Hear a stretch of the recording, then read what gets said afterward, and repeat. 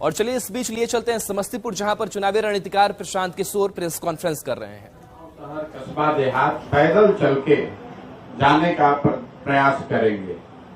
उस समय का अनुमान था कि 1 से 1.5 वर्ष में करीब 3,500 किलोमीटर पैदल चल के इस काम को किया जा सकता है।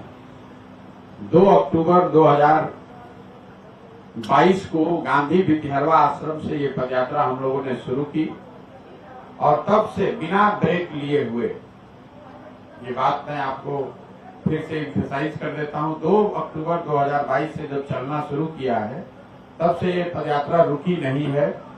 पर्व त्योहार, जाड़ा, गर्मी, बरसात लगातार हम लोग चले, घर नहीं गए हैं, गाड़ी का कहीं उपयोग नहीं किया है, एक कदम भी गाड़ी पर नहीं बैठे।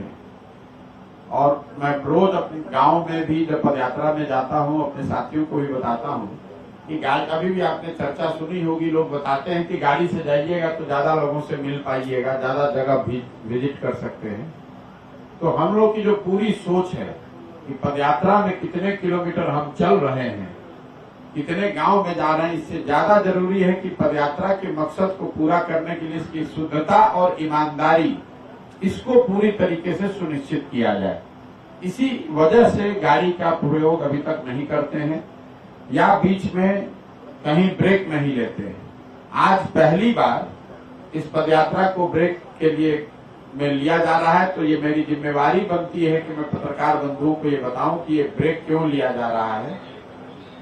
पदयात्रा शुरू होते समय मैंने घोषणा की थी कि अगर शरीर से बीमार नहीं हुए तो कोई कहीं रुकेंगे नहीं।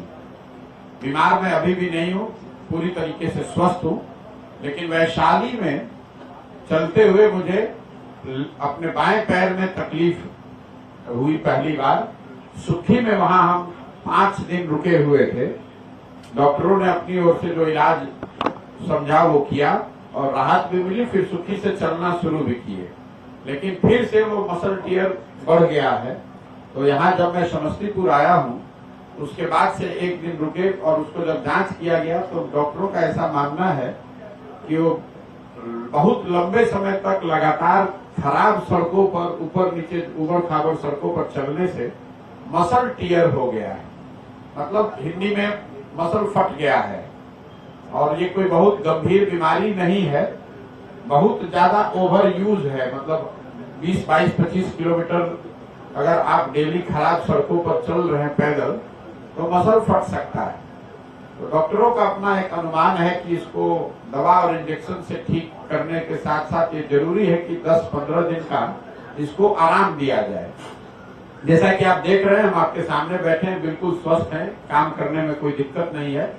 सिर्फ उनका सुझाव ये है कि चूंकि ये यात्रा अभी 1-1.5 महीने और 1-1.5 साल चलनी है, तो ये समय जब 8 महीने करीब हम लोग पैदल चल लिए, तो 10 दिन रुक के उस मसल को हील करने का अवसर दे दिया जाए।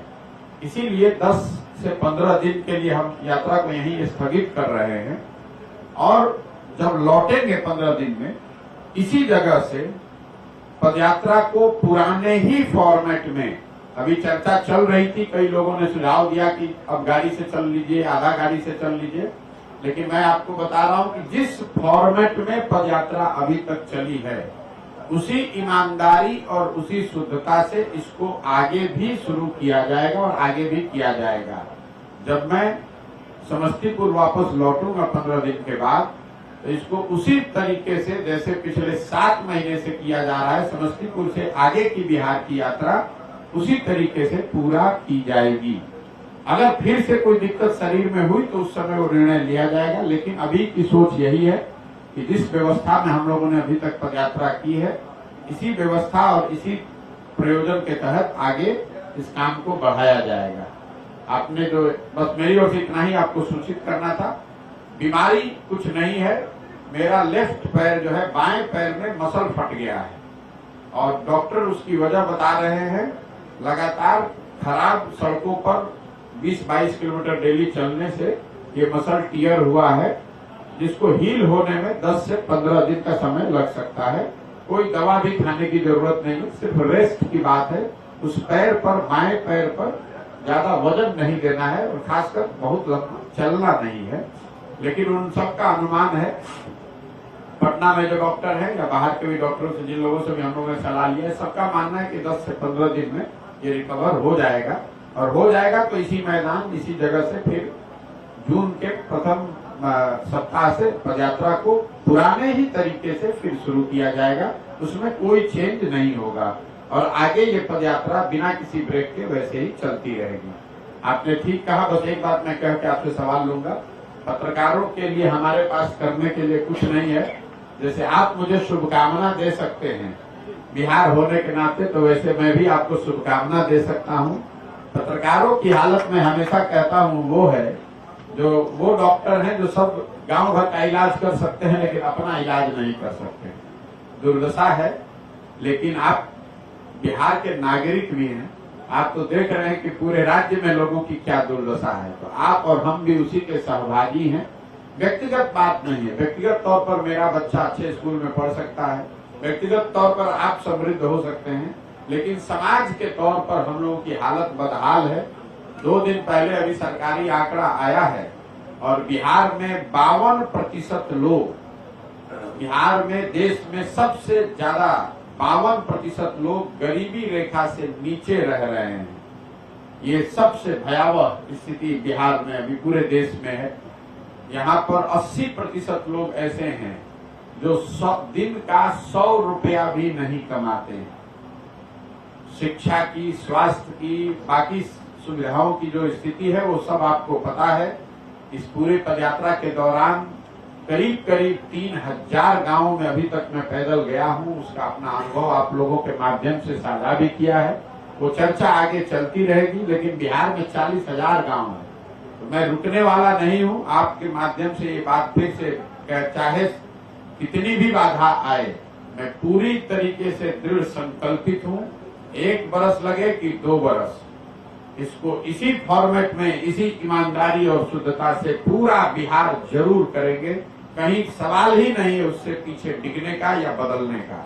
ये जरूर हो सकता है कि 5 दिन 10 दिन बीमार पड़ जाए, लेकिन अगर बीमार पड़ भी गए तो भी खड़े होकर वापस आकर इस काम को शुरू करेंगे। हर हालत में इस काम को मुझे करना ही है, तो कहीं इसमें कोई किंतु परंतु आप सोचिए मत। सवाल ही नहीं पैदा होता है इसको रोकने का।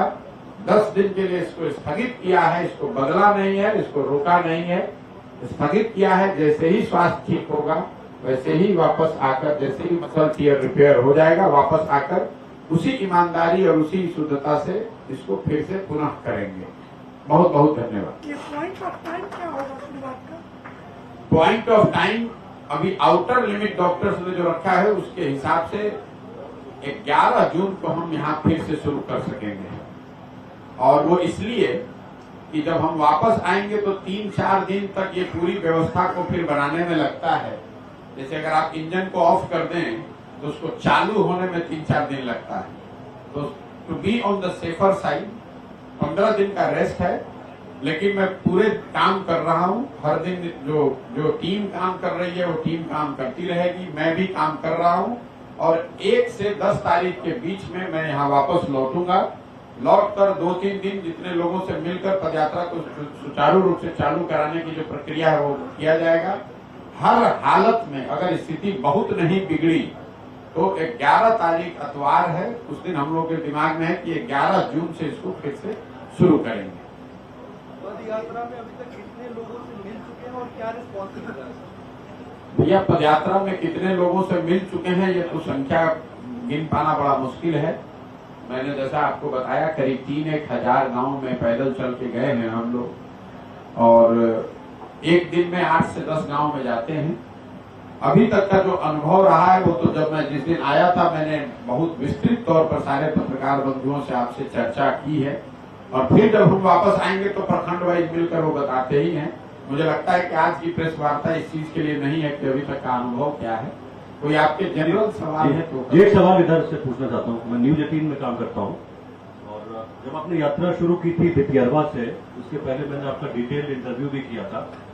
2500 किलोमीटर चलने के बाद बिहार के 2-3 मुख्य मुद्दे क्या हैं जिसको आप हाईलाइट करना चाहते हैं तभी भी मैंने ये सवाल पूछा था, उसमें ग्राउंड सिचुएशन में कितना बदलाव आया है? देखिए, राजनीति तो चलती रहेगी, जी। लेकिन मुख्य मुद्दे क्या हैं? मुख्य मुद्दे में हर जगह ही अपनी बात बताता हूँ। बिहार में अभी 2500 से ज्यादा गांव में जाने के बाद, 8 महीने गांव में रहने के बाद, मेरे हिसाब से बिहार की सबसे बड़ी लोगों की नजर में समस्या है वो बेरोजगारी और पलायन है। बेरोजगारी और पलायन बिहार की बड़ी समस्या है। ये बताने के लिए आपको पदयात्रा करने की जरूरत नहीं है, लेकिन पदयात्रा करने से जो अनुभव मुझे मिला कि ये हम लोग समझते हैं कि बेरोजगारी सिर्फ गरीबों के लिए समस्या है, ऐसी बात नहीं है। बिहार में जो रिलेटिव बेसिस पे समृद्ध परिवार हैं, मध्यम वर्गीय परिवार हैं, पढ़े लिखे लोग हैं, बड़े किसान हैं, उनको भी अपने बच्चों के रोजगार के लिए उतनी ही परेशानी है जितने गरीब व्यक्ति को। यही हाल कमोवेश पलायन की है। कई बार हम लोगों को ऐसा लगता है कि पलायन जो है ये गरीब और मजदूरों की समस्या है, ऐसी बात नहीं है। जब गांव में मैं गया हूं 2500 गांव में, तो मैंने ये इसकी विकरालता का अनुभव किया है, इसके सामाजिक पहलुओं को हम लोगों ने देखा है। शायद ही कोई ऐसा घर है किसी गांव में जहां पर माता पिता, पति पत्नी, बाल बच्चे एक साथ रहते हो, चाहे आप गरीब हो या अमीर। पलायन यहाँ बिहार के हर परिवार की सच्चाई है। अगर आप गरीब हैं तो आपके बच्चे 18 साल 20 साल की उम्र में मजदूरी करने चले गए। अगर आप मध्यम वर्गीय परिवार के हैं, समृद्ध परिवार के हैं, तो भी 18-20 साल का जो बच्चा है या तो उससे पहले ही हॉस्टल में चला गया पढ़ने, या आगे की पढ़ाई के लिए उसको बिहार छोड़कर जाना है, नौकरी करने उसको बाहर जाना है। आपके घर में जो वृद्ध है उसको चिकित्सा के लिए बाहर जाना है। कोई ऐसा परिवार, रेयर ही कोई मिलता है गांव में, जो परिकल्पना है परिवार की, वो कहीं न कहीं बिहार से खत्म हो गई है। हम 7 महीने से पैदल चल रहे हैं, तो लोग बता रहे हैं कि ये कितना बड़ा सेक्रीफाइस है कि अपने बाल बच्चों को छोड़कर ये पैदल चल रहे हैं, गांव में रह रहे हैं। लेकिन मैं रोज ये बताता हूं कि बिहार के ज्यादातर परिवारों की ये सच्चाई है कि वो अपने बाल बच्चों के साथ रहने का सुख आपको नहीं है, चाहे आप गरीब हो या अमीर। जो अच्छे परिवार है, समृद्ध परिवार हैं, उनके भी बाल बच्चे उनके साथ नहीं रह रहे हैं, क्योंकि यहाँ पढ़ने की, रोजगार की कोई व्यवस्था नहीं है। जो गरीब परिवार हैं, उनके तो जीवन की नियति बन गई है कि साल में 10 दिन 15 दिन ही अपने घर के जवान जो लड़का है, बच्चा है, सवांग है, मर्द है, आके रहता है। बाकी पूरे साल घर में महिलाएं और बच्चे और बूढ़े यही हैं। जो लड़का भी यहाँ जवान हो गया, 18 साल 20 साल का हो गया, उसको अपना घर, अपना परिवार, अपनी मिट्टी छोड़कर जाना है, और तब तक बाहर रहना है जब तक उसका शरीर जवान है, साथ दे रहा है। जब वो आदमी थकता है, 50-55 की उम्र में वापस आता है, बाहर मजदूरी करना, नौकरी करना बंद करता है, तो उसके घर में जो जवान लड़का है वो वापस जाता है। यही स्थिति कमोवेश अच्छे परिवारों की भी है, जहाँ लोग नौकरी, रिटायरमेंट के बाद गांव में लौटे हैं, लेकिन जब गांव में वो लौटे हैं तब उनके बच्चे उनके साथ रहने की स्थिति में नहीं है। तो मुझे लगता है कि बेरोजगारी और पलायन, इसकी विकरालता और इसका समाज पर जो असर है वो इतना गहरा असर है कि कहीं न कहीं जीवन की लोगों ने इसकी सच्चाई मान ली है। अपने हस्बैंड के साथ रहना ये सोच ही नहीं है लोगों को मालूम है कि मेरा जो हस्बैंड है वो बाहर ही रहेगा। इसके बाद जो दूसरी सबसे बड़ी समस्या दिखी वो किसानों की समस्या है। क्योंकि खेती यहाँ बहुत बड़ा विषय है, तो किसानों की यहाँ समस्या है। बोलचाल की भाषा में लोग गांव में बताते हैं कि पहले के जमाने में, आज से 15-20 साल पहले, जो लोग खेती किसानी करते थे वो अपना पेट भरने के साथ साथ मेहनत करके 2-4 कट्ठा जमीन, खेत खरीद पाते थे हर 5 साल 10 साल में।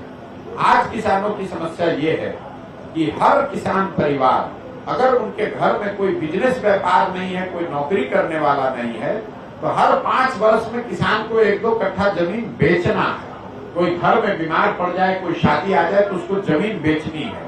और उसके पीछे जो वजह मुझे समझ में आई है पिछले 8-9 महीने में पैदल चल के, वो 3 वजह है। पहला, बिहार में भूमि सुधार को लेकर जो काम नहीं किया गया 75 साल में, भूमि का मालिकाना हक वो किसी को पता ही नहीं है।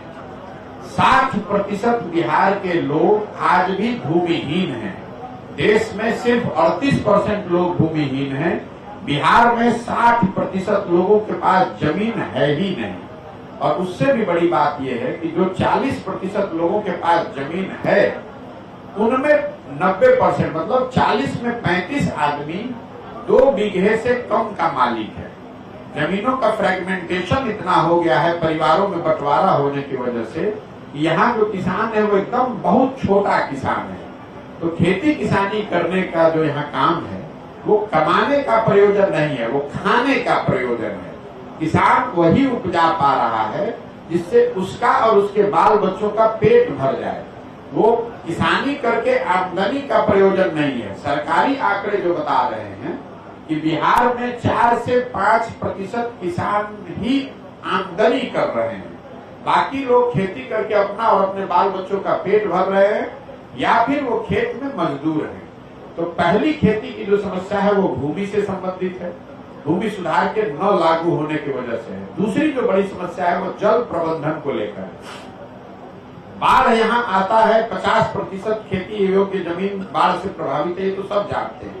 लेकिन पैदल चलने के बाद मैंने ये देखा, महसूस किया कि बाकी के जो 50% जमीन है उसका भी एक बड़ा हिस्सा या तो वहाँ पानी के अभाव में वो सूखे से प्रभावित है, या दूसरी एक और जो बड़ी समस्या है, सीमावर्ती क्षेत्रों में नेपाल के नदियों के रास्ते बदलने से जमीन के कटाव की। और सिवान के बाद जब अगर आप चलेंगे तो सिवान, छपरा, वैशाली और अभी समस्तीपुर में मैं शुरू किया है मैंने, यहाँ पर जल जमाव की जो चवर की जो समस्या है, हजारों एकड़ जमीन ऐसी है जिसमें पानी लगा हुआ है, एक बार लग गया तो 6 महीने साल भर वो पानी निकलता ही नहीं है। तो जल प्रबंधन, या तो बाढ़ से लोग प्रभावित हैं या सूखे से, और दोनों से अगर बच गए तो जल जमाव और नदियों से होने वाले कटाव की वजह से परेशान है। लेकिन इन दोनों के बाद किसानों की जो सबसे बड़ी समस्या अभी तक हमें समझ में आई है वो है उनके फसलों के दाम का न मिलना। इन सारी परेशानियों के बावजूद बिहार में जो किसान पैदा कर रहा है उसको उसके फसल के दाम नहीं मिलते हैं। मैं जिस समय में चला हूँ, ये समय में धान की कटाई हुई है गांव-गांव में। 90% से ज्यादा लोगों ने बताया कि धान उन्होंने 1200 से 1500 के दर से बेचा है, जबकि धान का आधिकारिक मूल्य है 2050 रुपया। कमोवेश यही स्थिति गन्ने की रही है, क्योंकि चंपारण, गोपालगंज, सीमान वाले, छपरा वाले एरिया में गन्ने की खेती पहले बड़े पैमाने पर होती थी। चीनी मिलों के बंद होने की वजह से गन्ने के जो किसान हैं वो पूरी तरीके से मिलों के मनमानी या बिचौलियों के हाथ में है, उनको अपने फसल का दाम नहीं मिलना है। इसका एक सरकारी आंकड़ा आपको बता देता हूँ। बिहार में पिछले 10 वर्ष में सिर्फ 13% धान ही किसान सरकारी मूल्य पर बेचा है किसान ने, और गेहूं के लिए ये प्रतिशत है 1। अक्सर हम लोग कहते हैं कि पंजाब में किसान बहुत अच्छा है, तो आपके लिए बता देता हूं, पंजाब में पिछले 10 साल में 70% गेहूं, 70% धान और 75% से ज्यादा गेहूं सरकारी समर्थन मूल्य या उससे ऊपर के भाव पर बेचा गया है। बिहार में 13% धान और 1% गेहूं ही समर्थन मूल्य पर बिका है। इसका एक आर्थिक अनुमान निकाला गया है, वो भी मैं आपसे साझा करना चाहता हूं। बिहार में जो किसान फसल पैदा कर रहे हैं अलग अलग, उनको सही मूल्य न मिलने की वजह से हर साल का उनका घाटा है 20 से 25 हजार करोड़ रुपया। मतलब सारी परेशानियों के बाद किसान जो पैदा कर रहा है उसका दाम न मिल पाने की वजह से यहाँ के किसानों को हर साल 20 से 25 हजार करोड़ का नुकसान हो रहा है। तीसरा और अंतिम जो एक बड़ी समस्या लोगों ने बताई, जो मैं देख रहा हूँ, वो बिहार में शिक्षा व्यवस्था का पूरी तरीके से ध्वस्त हो जाना। शिक्षा व्यवस्था यहाँ कभी बहुत अच्छी नहीं थी, मैं स्वयं यही सरकारी स्कूलों से पढ़ा हूँ, लेकिन आज जो यहाँ शिक्षा व्यवस्था है वो पूरी तरीके से स्कूली शिक्षा व्यवस्था उत्क्रमित विद्यालयों और नियोजित शिक्षकों के भरोसे छोड़ दिया गया है। तो पदयात्रा को लेकर के चुनावी रणनीतिकार प्रशांत किशोर जानकारी दे रहे थे कि अब यह जो यात्रा है स्वास्थ्य कारणों से फिलहाल स्थगित है और 11 जून से इसकी शुरुआत फिर से की जाएगी। बहरहाल